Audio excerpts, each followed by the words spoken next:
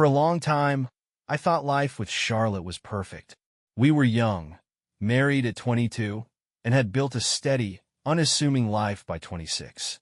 Charlotte was everything I admired: warm, charismatic, and the kind of person people naturally gravitated toward. She thrived in social settings while I was more reserved, preferring the quieter pace of evenings at home. Together, we balanced each other, or at least that's what I believed. It started as a normal Friday evening. Charlotte had been invited to a bachelorette party for her childhood friend, Madison. She'd spent most of the week planning for it, alternating between excitement and frustration as she tried on countless outfits, determined to find the perfect one. It wasn't unusual for her to put this much energy into social events. Charlotte loved being the center of attention, and I admired how effortlessly she could command a room. That night, as she prepared to leave, I felt a pang of unease. She had been unusually quiet over dinner, checking her phone constantly, her mind clearly elsewhere.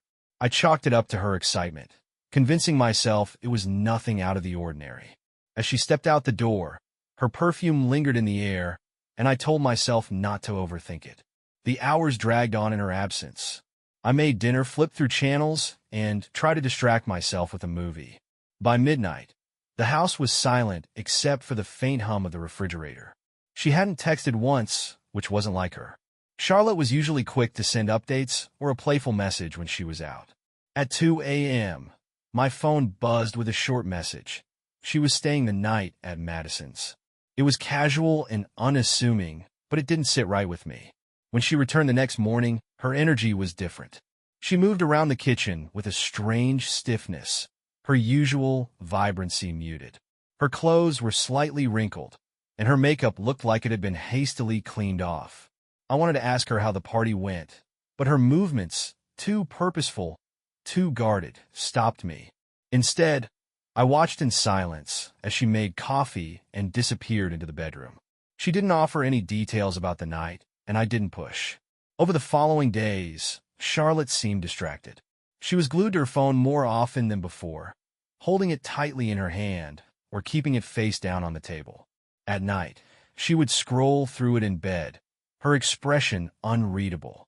Occasionally, a faint smile would flicker across her lips before she tucked the phone away abruptly, as though she was aware I might be watching. It was subtle at first, easy to dismiss as work stress or fatigue. But as the days turned into weeks, her behavior became harder to ignore. Charlotte started staying late at work, citing last-minute meetings or deadlines that needed attention. Her explanations were always plausible, but they felt hollow, lacking the sincerity I was used to. She seemed more preoccupied with her appearance, spending longer in front of the mirror and wearing clothes that, while elegant, didn't match her typical style. I tried to brush it off, rationalizing that she was just putting in extra effort for the busy season at her job. The turning point came one evening at a friend's barbecue. It was supposed to be an easy, relaxing day, filled with laughter and familiar faces. Charlotte had been her usual charming self, mingling effortlessly and drawing people in with her stories. Yet, as I stood across the yard, I noticed her phone in her hand more than usual. She was texting frequently, her thumb moving across the screen with an intensity one hadn't seen before. When someone called her name, she quickly put the phone away, her expression neutral, but her actions deliberate. Back at home that evening, I found myself unable to shake the image of her, lost in her phone while the world buzzed around her. As she stepped into the shower, I sat at the edge of the bed, her phone lying on the nightstand beside me. My heart raced as I reached for it, a part of me knowing I shouldn't, but the doubt gnawing at me louder than my conscience. The screen lit up, locked of course, but a notification sat at the top. It was a message from an unsaved number. Thinking about last night. Can't wait to see you again. I stared at the words, my chest tightening as if the air had been sucked out of the room. Time seemed to stretch endlessly in that moment, the weight of those few words crushing the foundation of the trust one had always taken for granted. Placing the phone back where I found it, I tried to steady my breathing. I didn't know what to think or feel. For the first time, I questioned whether I truly knew the woman I had married. The house was quiet again, but the silence felt heavier than it ever had before. Something had shifted, and I couldn't ignore it any longer. Life returned to a strange semblance of normal after that night. Charlotte's mood stabilized, and the tension that had hung over us like a storm cloud seemed to dissipate. She smiled more, her laughter was freer, and the unease I'd been carrying began to fade. For a while, I convinced myself that everything was fine, that I had been overthinking things, letting paranoia get the better of me. But beneath the surface, subtle changes were taking root, ones that became impossible to ignore. It started with her body. Charlotte had always been slim and energetic, but now there was a softness to her frame, a slight fullness in her cheeks that wasn't there before. She began wearing looser clothes, favoring flowing dresses that concealed more than they revealed. When I asked about it casually, she laughed it off, attributing it to stress and a few extra indulgences. Her energy levels fluctuated wildly. Some days, she was animated and upbeat, tackling chores and errands with vigor. Other days, she was pale and lethargic, spending hours curled up on the couch, claiming she felt drained. Charlotte complained of nausea in the mornings, brushing it off as a stomach bug or stress, though her tone was never fully convincing. She avoided certain foods she used to love, while suddenly craving unusual combinations that seemed to surprise even her. More troubling, however, was the growing distance between us.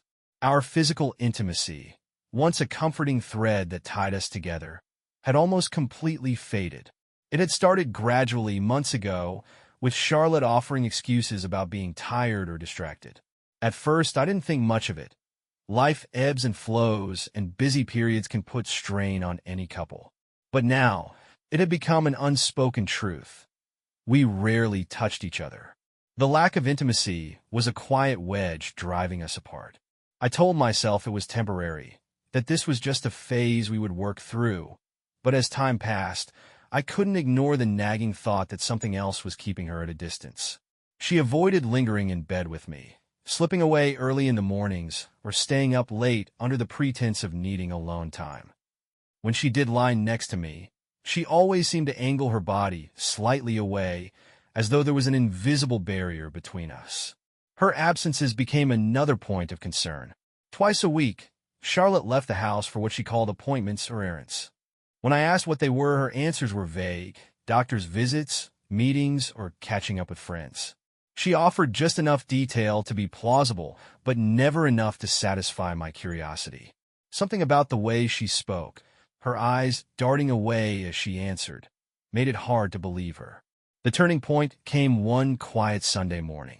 The sunlight streamed through the kitchen window as we sat at the table. Charlotte looked different, her skin glowing faintly, her expression softer than usual. She reached for her coffee, and I noticed her hand linger briefly over her stomach. It was a small, unconscious gesture, but it sent a chill down my spine. She wasn't just resting her hand there. It was protective, almost instinctive. I couldn't shake the feeling that something was happening beneath the surface. Her morning nausea, the subtle changes in her body, her erratic energy, it all pointed to one conclusion, one that filled me with equal parts dread and disbelief. Charlotte was pregnant. The realization settled heavily in my chest. This should have been a moment of joy, a milestone we would celebrate together. But instead, it felt like an ominous crack in the foundation of our relationship. The timing didn't make sense. We hadn't been trying for a child, and with how infrequent our intimacy had been, it seemed nearly impossible. The rest of the day passed in a haze. I watched Charlotte closely, searching for clues, but she remained calm, even cheerful at times. If she suspected that I had pieced things together, she gave no sign. Yet, as I observed her, I couldn't stop the memories from flooding back. The distant look in her eyes after the bachelorette party, the unexplained text from the unsaved number, the growing gap in our physical connection. Could it all be connected? Was it possible that this pregnancy wasn't mine? The thought churned in my stomach, leaving me cold and hollow. If my worst fears were true, it would change everything. I tried to suppress the questions, to bury them beneath the surface and pretend that life could continue as it was. But deep down, I knew the truth was waiting, looming just beyond the edges of my denial. That night, As Charlotte slept soundly beside me, I stared at the ceiling, my mind racing. The weight of doubt pressed heavily on me, and the walls of our home seemed to close in. I couldn't bring myself to confront her. Not yet. If she was pregnant by another man, it wasn't just a betrayal. It was a betrayal that would leave permanent scars on the life we had built together. I wasn't ready for the answer, but I knew it was coming, whether I wanted it or not. For a time, I convinced myself that everything was returning to normal. Charlotte seemed to settle back into her routines, the tension that had filled the air after her bachelorette party gradually easing. She smiled more, laughed more, and carried herself with a semblance of the confidence I had always admired. But the sense of unease lingered beneath the surface, like an unspoken truth that refused to be ignored. I began noticing subtle changes in her body that made my thoughts spiral in ways I wasn't prepared for. Her frame, once lean and firm, softened in ways that were hard to dismiss. The slight fullness in her face, the way she unconsciously rested her hand over her stomach while sitting, the loose clothing she now favored. Each detail felt like another clue in a puzzle I didn't want to solve. Mornings brought waves of nausea that she waved away as stress or indigestion. Her energy ebbed and flowed unpredictably, leaving her buoyant and cheerful one moment, and withdrawn and irritable the next. The realization dawned slowly, pieced together through a series of moments I couldn't unsee. Charlotte was showing signs of pregnancy. The idea should have filled me with joy. I had always wanted children, dreamed of the day I'd hear the laughter of a child in our home, of the life Charlotte and I could build as parents. But this didn't feel like the beginning of a shared dream. It felt like a revelation she was deliberately keeping from me. Her words from years ago echoed in my mind, a quiet certainty she had repeated often. She didn't want children. Back then, I had accepted it, telling myself that the life we had together was enough.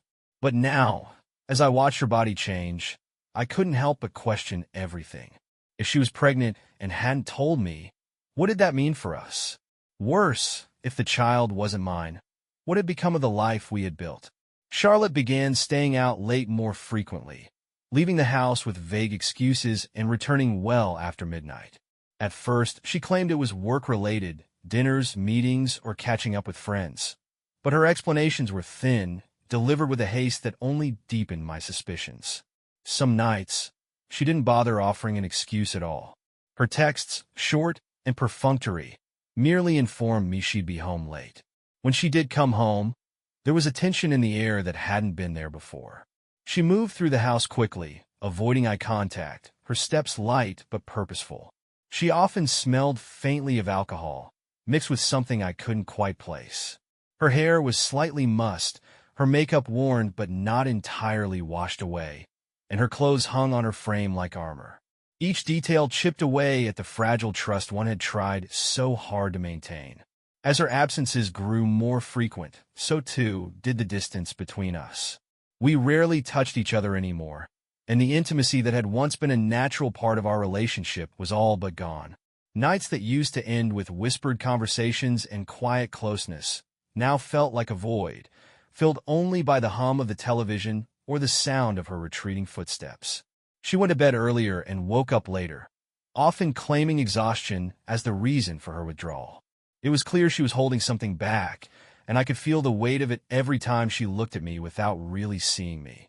I wanted to confront her, to demand an explanation for the changes I couldn't ignore, but the words caught in my throat each time. There was a part of me that feared the answer, that if I pushed too hard, the life we had built would crumble entirely. My longing for children added another layer of pain to the silence between us. For years, I had buried that desire, convincing myself that our marriage was enough without it. But as the thought of her pregnancy loomed larger in my mind, the ache I had tried to suppress resurfaced with a vengeance. If she truly was pregnant, why hadn't she told me? Why would she keep such a life-altering secret? And if the child wasn't mine, what would that mean for the future I had so carefully imagined? These questions haunted me, circling endlessly in my mind as I tried to piece together the fragments of our unraveling life. The home we had built, once filled with warmth and certainty, now felt cold and unfamiliar. Every moment spent in her presence was tinged with the unspoken tension of what lay between us. I couldn't ignore it forever, but I wasn't ready to face the truth. Not yet. As I watched Charlotte drift further away, her actions and her body betraying the secrets she refused to share, I knew that the time for silence was running out. Something was coming, and whether I was ready or not, it would change everything. The unease that had been gnawing at me for weeks finally reached a breaking point. Charlotte's late nights, the changes in her body, the lingering distance between us, it all pointed to a truth she refused to acknowledge. I could no longer sit quietly and pretend that everything was fine. If our marriage was built on trust, then I needed her to be honest.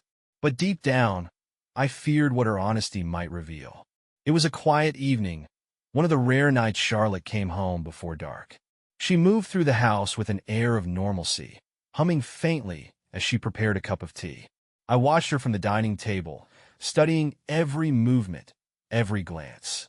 There was no hint of guilt in her demeanor, no sign that she carried the weight of a secret. But I couldn't let that dissuade me. I needed answers. When she finally sat down across from me, I decided there was no use in delaying. I asked her, as plainly as I could, about everything. The late nights, the changes in her body, the pregnancy I suspected but she hadn't mentioned.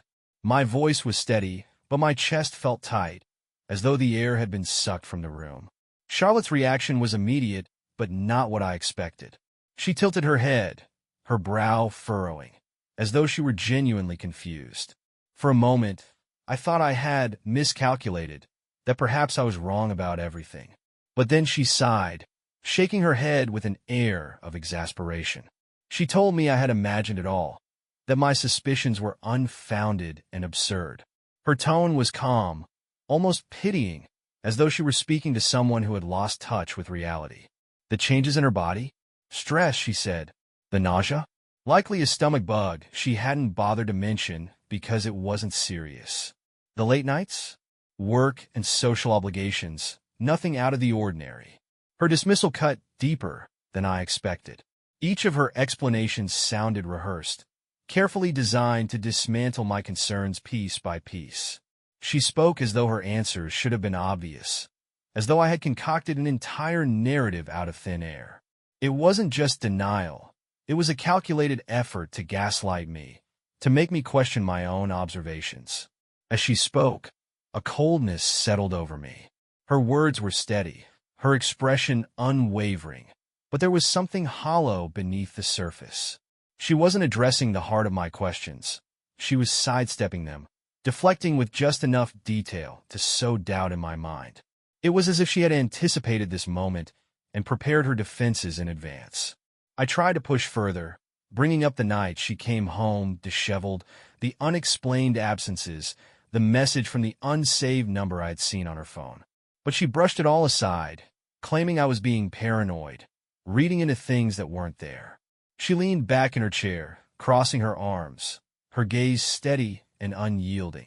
There was no crack in her composure, no sign of guilt or hesitation. Her calmness unnerved me. It wasn't the reaction of someone innocent, but the practiced response of someone determined to control the narrative. The more she denied, the more I questioned myself. Was it possible I had been wrong? That I had let my suspicions cloud my judgment? Yet, as much as her words planted seeds of doubt, they couldn't erase the nagging feeling in my chest, the sense that something was deeply, irreparably wrong. By the time the conversation ended, Charlotte had expertly turned the tables. She rose from her seat, leaving me with a parting remark about needing to let go of whatever ideas I had conjured. Her footsteps echoed down the hallway, and the bedroom door clicked shut behind her, leaving me alone at the table. I sat there for a long time, the weight of her dismissal pressing heavily on me. She had given me every answer I had asked for, but none of them felt real. Her words had been carefully chosen, designed to placate me without revealing anything. And in the end, they left me more uncertain than ever. The silence of the house was suffocating, filled with questions I couldn't answer. Had I truly imagined it all? Or had Charlotte just expertly deflected the truth? As the night stretched on, I realized that no matter how much she denied it, the doubt in my mind wouldn't fade. Her secrets, whatever they were, still lingered in the shadows, waiting to unravel everything we had left. The call came in the middle of a routine workday. I was in the middle of responding to emails when my phone buzzed insistently on my desk. The number was unfamiliar, but something about the timing and the way the ringtone seemed sharper than usual made me answer immediately. The voice on the other end was brisk and clinical. It was someone from the local hospital, informing me that Charlotte had been admitted after collapsing at work. Their words came in fragments. Sudden illness, dehydration, fainting, stable now, but under observation. My mind reeled, struggling to process the information. Before I knew it, I was out the door, my work forgotten, the only thought in my mind being that I had to get to her. The drive to the hospital felt endless. My heart pounded as I gripped the steering wheel, my thoughts spinning wildly. Had she been pushing herself too hard? Was this the result of the stress she had so often brushed off? Or was it something deeper, something connected to the questions she refused to answer? When I arrived, a nurse directed me to her room. The sight of her lying in the hospital bed, pale and fragile, twisted my stomach into knots. Tubes and monitors surrounded her, the steady beeping of the machines a stark reminder of her vulnerability. I pulled a chair close to her bedside, the tension in my chest easing slightly when I saw her breathing steadily. The nurse told me she was starting to wake, her body slowly recovering from the collapse. I nodded, but my eyes never left Charlotte's face, watching as her eyelids fluttered and her expression shifted. It was a relief to see her stirring, but it didn't prepare me for what came next. Her lips parted, and the first word she murmured wasn't my name. It was his. Chris. The name slipped out softly, barely audible, but unmistakable. Her voice cracked, and tears began to slide down her cheeks as she whispered it again, her tone thick with anguish. Chris, I couldn't save our baby. My blood ran cold. The words hung in the air, heavy and irreversible. I felt as though the world had dropped out from beneath me, leaving me suspended in a hollow, suffocating silence. Charlotte's tears fell freely now, her body trembling as she cried. She repeated his name, her grief pouring out in fragmented sentences. Our child. Not mine. Not ours. Hers and his. I wanted to move, to speak, but I couldn't. My body felt frozen, my mind overwhelmed by the weight of her confession. The name Chris echoed in my ears, a cruel reminder of the text message I had seen weeks ago, the unsaved number that had set my suspicions in motion. Now it all made sense, the late nights, the secrecy, the changes in her body. The truth I had feared was laid bare in her broken words. Charlotte continued to cry, lost in her grief, seemingly unaware of my presence. She spoke in halting fragments, apologizing to someone who wasn't me, lamenting the loss of a child I hadn't known existed. Each word drove the knife deeper, shattering whatever illusion of normalcy I had tried so desperately to maintain. The nurse returned, glancing between us with a worried expression. She moved to check Charlotte's vitals, her calm demeanor a stark contrast to the storm raging inside me. I managed to stand, stepping back from the bed as the nurse worked. My legs felt unsteady, as though they might give out at any moment. I left the room without a word, the air in the hallway cool against my flushed skin. My mind raced, replaying her words over and over, each repetition adding to the weight in my chest. There was no denying it now. The secrets, the lies, the distance, it had all led to this. Charlotte's betrayal was no longer a suspicion. It was a reality I couldn't escape. The child she had been carrying, the one I had begun to suspect but dared not ask about, was gone. And it hadn't been mine. I leaned against the wall, my breath shallow as I tried to steady myself. The world around me felt distant, the sounds of the hospital muted and indistinct. There was no going back from this. Charlotte's grief, her guilt, and her words had laid everything bare, leaving our marriage irreparably fractured. The thought of returning to her room, of facing her now that the truth was out, was unbearable. I stayed in the hallway, staring blankly at the sterile white walls, the enormity of what had just happened sinking in. My marriage, my trust, my hope for a future with Charlotte. All of it had been destroyed in a single moment, and there was no way to piece it back together. I walked back into Charlotte's hospital room with a calm, measured step, masking the storm of emotions churning inside me. She was awake now, her tear-streaked face pale against the sterile white pillow. Her eyes flitted to mine, a flicker of surprise registering in them. For a moment, she seemed to search my expression, but I made sure there was nothing for her to find. I didn't let her know I had heard her confession. Instead, I leaned over her bed, brushing the hair from her damp forehead, my movements tender and deliberate. She whispered a faint apology for worrying me, her voice hoarse and raw from crying. I assured her it was fine, that I was just relieved she was safe. My words felt like ash on my tongue, but I delivered them with the warmth she needed to hear. As the days passed and Charlotte recovered at home, I played the role of the devoted husband to perfection. I brought her meals, fluffed her pillows, and ensured she had everything she needed. Every touch, every word was deliberate, calculated to keep her from suspecting that I knew the truth. I offered her unwavering support, never pressing her for explanations, allowing her to think that her secrets remained buried. But beneath the surface, my mind was working tirelessly.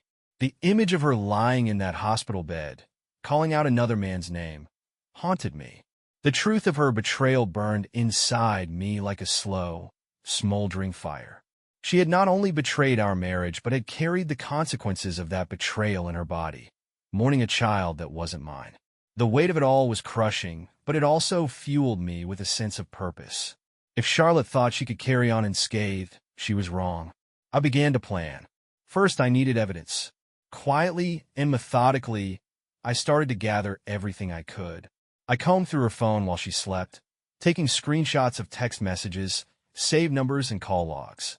I logged into her email, noting any correspondence that hinted at her betrayal.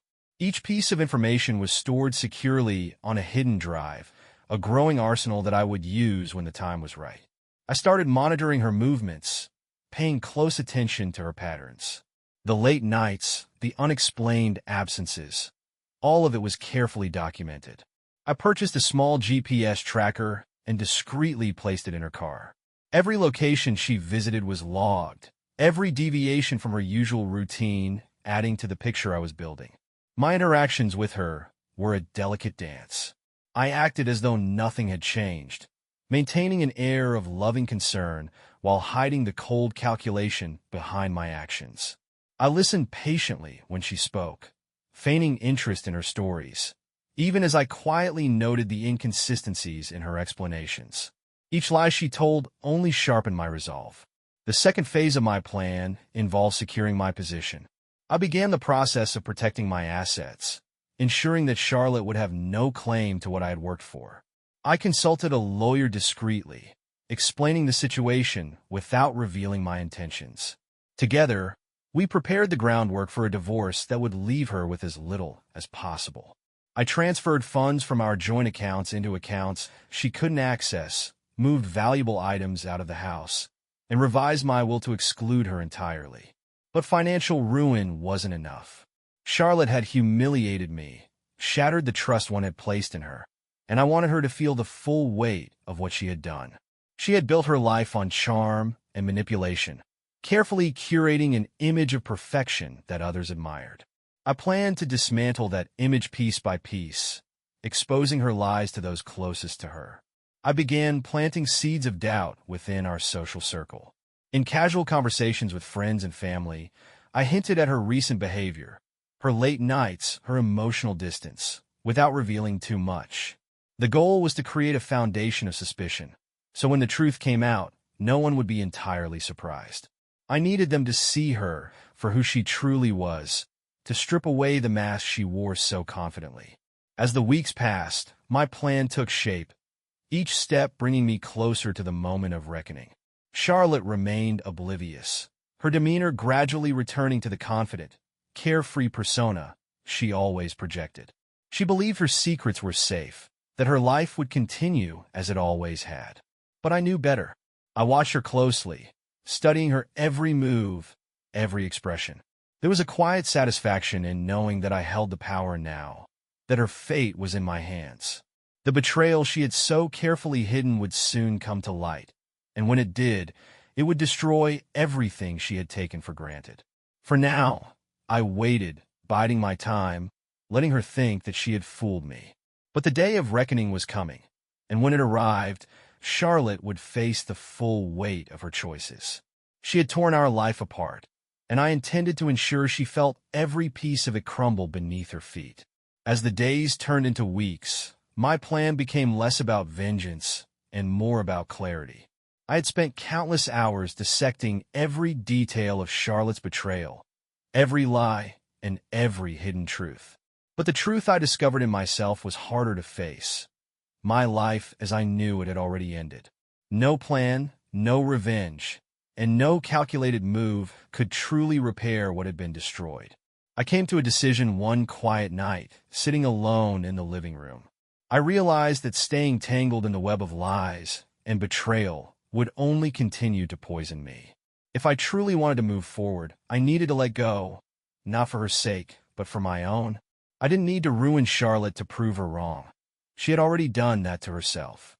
Instead, I would focus on reclaiming the pieces of my life that mattered most and building something new.